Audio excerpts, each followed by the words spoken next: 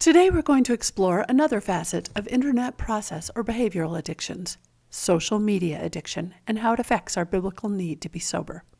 Hello, and welcome to Wisdom for Women, where we study the Word of God and the words of God, applying them practically to our daily lives, our habits, our decisions, our personalities, our work, our play, and our relationships. This is a gender-specific channel for women only. 1 Timothy 2:12 says, "But I suffer not a woman to teach nor to usurp authority over the man, but to be in silence. And yet I'm commanded as an aged woman to teach the young women. Therefore, if you happen to be a man viewing this episode, please exit the building now." Today and every day, I'll be reading from the centuries-old Authorized King James Bible, the perfectly preserved English translation of the very words of God, and we will together study to show ourselves approved, work women who need not be ashamed as we rightly divide the word of truth. We've been studying what it means to be sober, the very first character trait aged women are to teach the young women in Titus 2:4 and 5, that they may teach the young women to be sober, to love their husbands, to love their children, to be discreet, chaste, keepers at home, good, obedient to their own husbands, that the word of God be not blasphemed. The first two episodes on the word sober dealt with physical sobriety from the intoxicating effects of drugs and alcohol. Last episode, we began to tackle the biggest intoxicating influence out there in our culture, the internet, and more specifically, smartphone addiction. Today, we'll be looking into social media addiction and exploring what it entails and how to deal with it in light of biblical sound doctrine. Presumably, we all understand what social media is, but in case you are still in the dark somehow, the Oxford Dictionary defines it as websites and applications that enable users to create and share content or to participate in social networking. According to this definition, social media could include Facebook, YouTube, TikTok, Snapchat, Instagram, X, what used to be Twitter, Tumblr, Reddit, Pinterest, and more. Basically, any platform where you can engage with the public at large, creating your own content, or viewing, reacting, and interacting with content created by others. Some of these platforms are by design more addictive than others, but certainly all of them have the capacity to be habit-forming.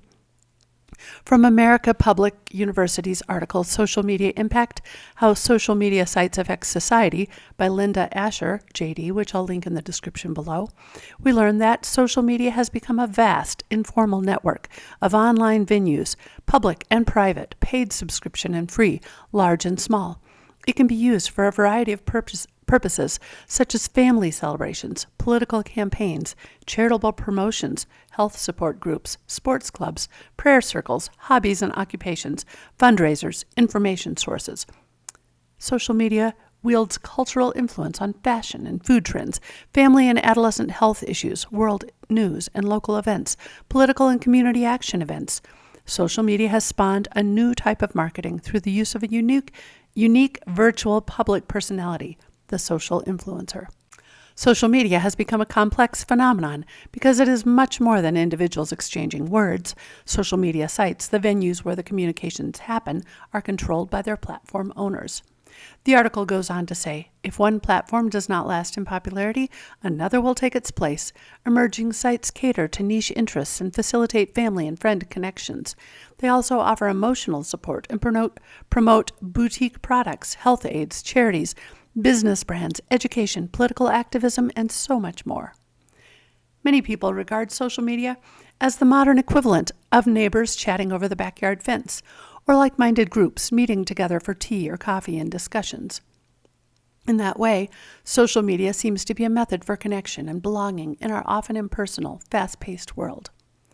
The addictive potential of this particular method of connection, though, lies in the unnatural, addictive, intoxicating, and often harmful stimulation of our brain's feel-good neurotransmitter, dopamine.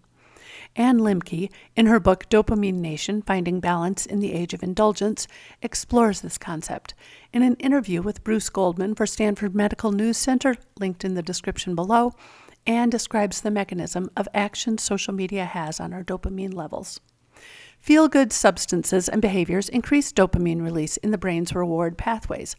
The brain responds to this increase by decreasing dopamine transmission, not just back down to its natural baseline rate, but below that baseline. Repeated exposure to the same or similar stimuli ultimately creates a chronic dopamine deficit state wherein we're less able to experience pleasure. So what are the risk factors for addiction? Easy access and speedy reward are two of them. Just as the hypodermic needle is the delivery mechanism for drugs like heroin, the smartphone is the modern-day hypodermic needle, delivering digital dopamine for a wired generation. Remember, we talked about this in depth in our last episode. The hypodermic needle delivers a drug right into our vascular system, which in turn delivers it right into the brain, making the drug more potent. The same is true for the smartphone. With its bright colors, flashing lights, and engaging alerts, it delivers images to our visual cortex that are tough to resist, and the quantity is endless. TikTok never runs out. What makes social media particularly addictive? Because we're wired to connect. Our brains release dopamine when we make human connections, which incentivizes us to do it again. But social connection has become drugified by social media apps, making us vulnerable to compulsive overconsumption. These apps can cause the release of large amounts of dopamine into our brain's reward pathway all at once, just like heroin or meth or alcohol. They do that by amplifying the feel-good properties that attract humans to each other in the first place. Then there's novelty. Dopamine is triggered by our brain's search and explore functions, telling us, hey, pay attention to this, something new has come along. Add to that the artificial intelligence algorithms that learn what we've liked before and suggest new things that are similar but not exactly the same, and we're off and running. Further, our brains aren't equipped to process the millions of comparisons the virtual world demands. We can become overwhelmed by our inability to measure up to these perfect people who exist only in the matrix of social media. We give up trying and sink into depression, or what neuroscientists call learned helplessness. Upon signing off, the brain is plunged into a dopamine deficit state as it attempts to adapt to the unnaturally high levels of dopamine social media just released, which is why social media often feels good while we're doing it, but horrible as soon as we stop. Feels good while we're doing it, but horrible as soon as we stop. Exactly. That sounds like every addictive substance or behavior we've covered in this study so far. It feels good while we're doing it, but horrible as soon as we stop. And that's the addictive pull of social media. We keep returning to it because we know it will feel good. We stop and we feel bad, so we start up again and it feels good. And the infinite scroll means that we never really have to stop because we never really come to the end. According to Anne, the minimum time required to detox from social media and reset our dopamine reward pathways is an entire month, 30 days, just to detox. Do you think you could go without any social media for a month? Consider soberly if you might need to. Okay, let's dive into some different angles of social media that can be particularly harmful to us as women. I want to start with a biggie that Anne mentioned above, comparison. In 2 Corinthians 10:12, Paul tells us, "For we dare not make ourselves of the number, or compare ourselves with some that commend themselves. But they, measuring themselves by themselves and comparing themselves among themselves, are not wise." Can we take just a moment and realize what that means? It means that we ought not to make ourselves one of the crowd, one of the number. We ought not to compare ourselves with some others who commend, who praise themselves. We ought not to measure ourselves and compare ourselves among ourselves. If we do these things, we are not wise. Yet social media begs us to. Whether we are scrolling homes or fitness videos or makeup tutorials or hair instructions or content about cooking, organizing, building, cleaning, gardening, shopping, or basically anything, we can predictably and consistently fall into the trap of envy or discontent, covetousness or bitterness, comparing ourselves with those on social media who praise themselves, making ourselves simply another one of the number. How easily we can idealize and even idolize a content creator's look, her situation, her home, her money, her family, her body, her community, her possessions, her skill set, or her routine. But that, the Bible tells us, is not wise. Here's another angle of this comparison trap that we should consider. Sobriety in any social media consumption means that we must objectively evaluate the polished, perfected, curated images the internet algorithm offers to us. What is reality and what is staging? What is a filter and what is true? How many real women are showing their real selves, their real routines, their real daily lives, their real family interactions, their real everyday meals, their real exercise regimens, their self-care practices, or their honest, unfiltered reactions to everyday events in their real settings? Sincerity is in short supply on most social media, and if we are sober, then we will recognize that and take it into account. There are more angles to social media than I'll ever be able to cover in this limited series, but today I just want to pinpoint one facet that we've probably all seen at one time or another: beauty, health, and fitness influencers. Let's just talk about beauty influencers for a moment. I would guess there are not many content creators out there who dare present themselves without careful curation, filtering, makeup, lighting, veneers, hair extensions or wigs, or even surgical cosmetic procedures. And the danger for those of us watching is that we believe the lie these women are presenting. We believe that the products they're endorsing will likely do the same things for us, so we plunk down hard-earned money to get those things, which gives us another little dopamine rush. Whether those products, once purchased, do anything for our appearance is doubtful. Because let's be honest, those products are likely not what is making those women so marketable. Instead, those women employ various filters, various procedures, and more to get their look. But our eyes become so used to that standard, that level of algorithmic beauty, that when we look at our unfiltered, untweaked, real-life selves, we are unable to see past our flaws. If this weren't bad enough, the standard of algorithmic beauty is forever shifting, so it becomes impossible to keep up. First, we had the Instagram same face, highly filtered, plump lips and cheeks, tiny noses and chins, large eyes with massive eyelashes and abundant beach waves. Then it was the clean girl look, which had women pouring just as much product onto their skin in a time-consuming and obsessive effort to look effortless. What a runaround! Rushing out to get fox eye lifts for anyone whose eyes don't match the trend, buccal fat removal to snatch their cheekbones, jaw sculpting to remove any normal sagging turkey neck or double chin, and Botox to iron out every normal sign of aging. The number of influencers with these procedures, plus lip fillers, cheek fillers, breast augmentations, nose jobs, and more, is astounding. The money that has been wasted on these procedures as women chase the elusive beauty standard is downright sad. And it just gets worse, because now, with the advent of AI filters for everyone, we can all look like the current algorithmic definition of beauty. At least online we can. In fact, 90% of women routinely use filters whenever they show pictures or videos of themselves online. 90%. Is anything real anymore? This filtering has its own cascade of depressing results. Women who use filters become acclimated to their filtered look. They get used to seeing themselves as their filter presents them. Slim, small nose, large, wide eyes, plump lips, high cheekbones, snatched jawline, no wrinkles. And suddenly, the real them in the mirror looks old, irrelevant, outdated, and unacceptable. Did you know that plastic surgeons are experiencing an explosion of women coming into their offices with their smartphones, showing filtered images of themselves and saying, "Can you make me look like this filter does?" How very sad.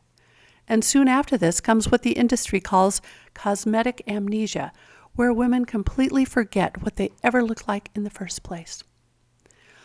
Let's look at the health and fitness beauty trends. First, everyone wants gym-sculpted six-pack abs and thigh gaps that throw half of us into over-exercising and the other half into starving ourselves or binging and purging. We all want our green energy drinks, our chia seeds, our expensive supplements. Next, the beauty algorithm feeds us the new standard, hyper-curvy figures necessitating dangerous and expensive medical procedures like BBLs. Maybe now the health gurus tell us to go paleo or vegan or keto or whatever is the rage. And we rush out and buy all new everything once again just to keep up. As soon as we're accustomed to this new standard, hold on to your hats. The pendulum swings to the opposite end, where bony, emaciated skeletal frames are in vogue, leading us to rush out and get our highly risky Ozempic shot and starve ourselves into style. At least on the Ozempic diet, you don't even want to eat, so you won't have to obsess or worry about your food choices. But next, just wait for it. It'll be something completely different, and yet just as marketable, just different enough from the regular, normal, healthy human look that women will feel compelled, yet again, to alter our routines, buy new products or procedures, and try once more to fit into the algorithm's ever-changing arbitrary mold. Fueled by the comparison and our desperate need for validation and approval, we, like rats in a cage, continue to do whatever the algorithm asks us to, just so we can get that next dopamine hit. The fallout of this insanity is now that 60% of women have body dysmorphia, where they can no longer soberly consider their own bodies. Many more suffer from face dysmorphia, where they can no longer soberly consider their normal faces. Sobriety? Not in this industry.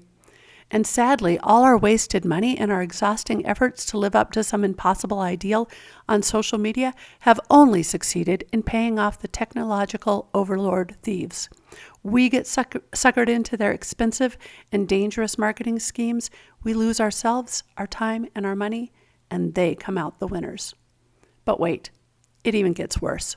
Because with artificial intelligence now creating its own non-human models and influencers, for the first time, we women are confronted with images that will never age, never have a pimple or a wrinkle, always have perfect hair, the trending body type, the effortless natural beauty others wish for.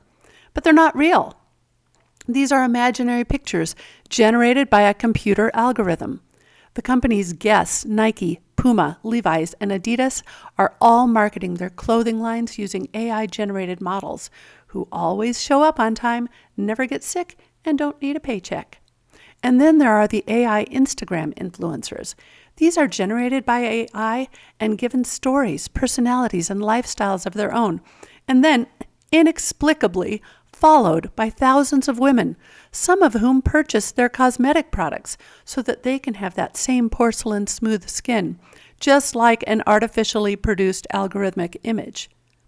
Or, as in the case of Aitana Lopez, an AI virtual fitness instructor, women follow exercise routines recommended by her fake, impossible-to-attain body.